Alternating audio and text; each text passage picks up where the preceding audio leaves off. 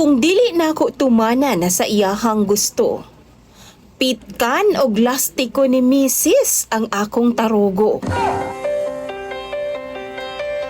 Maayong adlaw kanimo DJ Sam og sa imuhang mga suking tigpaminaw. Tawagan na lang ko sa pangalang Jay.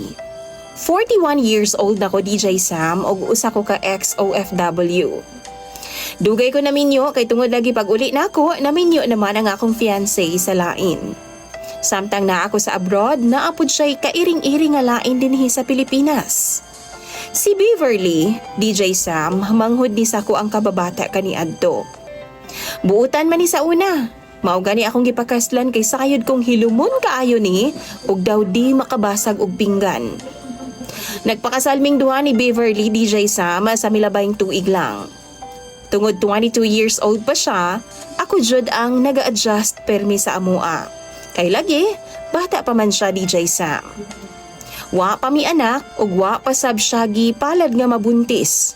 Ug wa man pud mi magdali DJ Sam.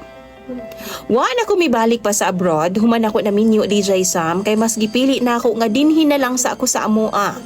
Tabang na lang pud sa among gamay.